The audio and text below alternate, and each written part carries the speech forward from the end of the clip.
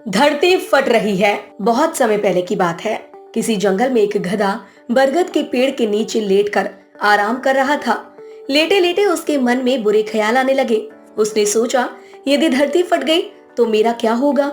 अभी उसने ऐसा सोचा ही था कि उसे एक जोर के धमाके की आवाज आई।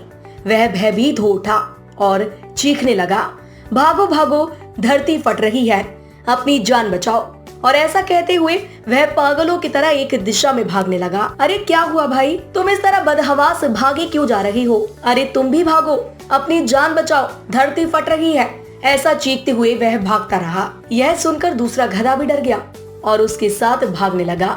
अब तो वह दोनों एक साथ चिल्ला रहे थे, भागो भागो, धरती फट रही है, भागो भागो। देखते देखते सैकड़ों गधे इस बात को दोहराते हुए उसी दिशा में भागने लगे। गधों को इस तरह भागता देख अन्य जानवर भी डर गए। धरती फटने की खबर जंगल में लगी आग की तरह फैलने लगी और जल्द ही सबको पता चल गया कि धरती फट रही है। चारों तरफ जानवरों की चीख पुकार मच गई। सांप, बिच्छू, सियार, लोमड़ी, हाथी, घोड़े सभी उस झुंड में शामिल हो भागने लगे।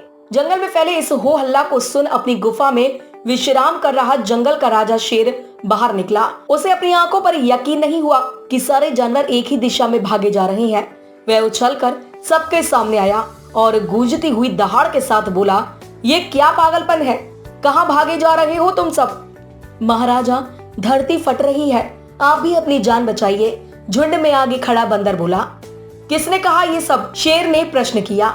सब एक दूसरे का मुंह देखने लगे। फिर बंदर बोला, मुझे तो ये बात चीते ने बताई थी। चीते ने कहा, मैंने तो ये पक्षियों से सुना था। और ऐसे करते करते पता चला कि ये बात सबसे पहले गधे ने बताई थी। गधे को महाराज के सामने बुलाया गया। तुम्हें कैसे पता चला कि धरती फट रही है? शेर ने गुस्से से पूछा। मैंने अपने कानों से धरती के फटने की आवाज सुनी महाराज, गधे ने डरते हुए उत्तर दिया। ठीक है, चलो मुझे उस जगह ले चलो और दिखाओ कि धरती फट रही है। ऐसा कहते हुए शेर गधे को उस तरफ ढकेलता हुआ ले जाने लगा। बाकी जानवर भी उसके पीछे हो लिए और डर डर कर उस ओर बढ़ने लगे। बरगद के पास पहुंचकर गधा बोला, हुजूर, मैं यहीं सो रहा था कि तभी जोर से धरती फटने की आवाज आई। मैंने खुद उड़ती हुई धूल देखी और भागने लगा। शेर ने आसपास जाकर देखा और सारा मामला समझ गया। उसने सभी को संबोधित करते हुए बोला, ये गधा महामूर्ख है। दरअसल पास ही नारियल का एक ऊंचा पेड़ है और तेज हवा चलने से उस पर लगा एक बड़ा सा नारियल नीचे पत्थर पर गिर पड़ा।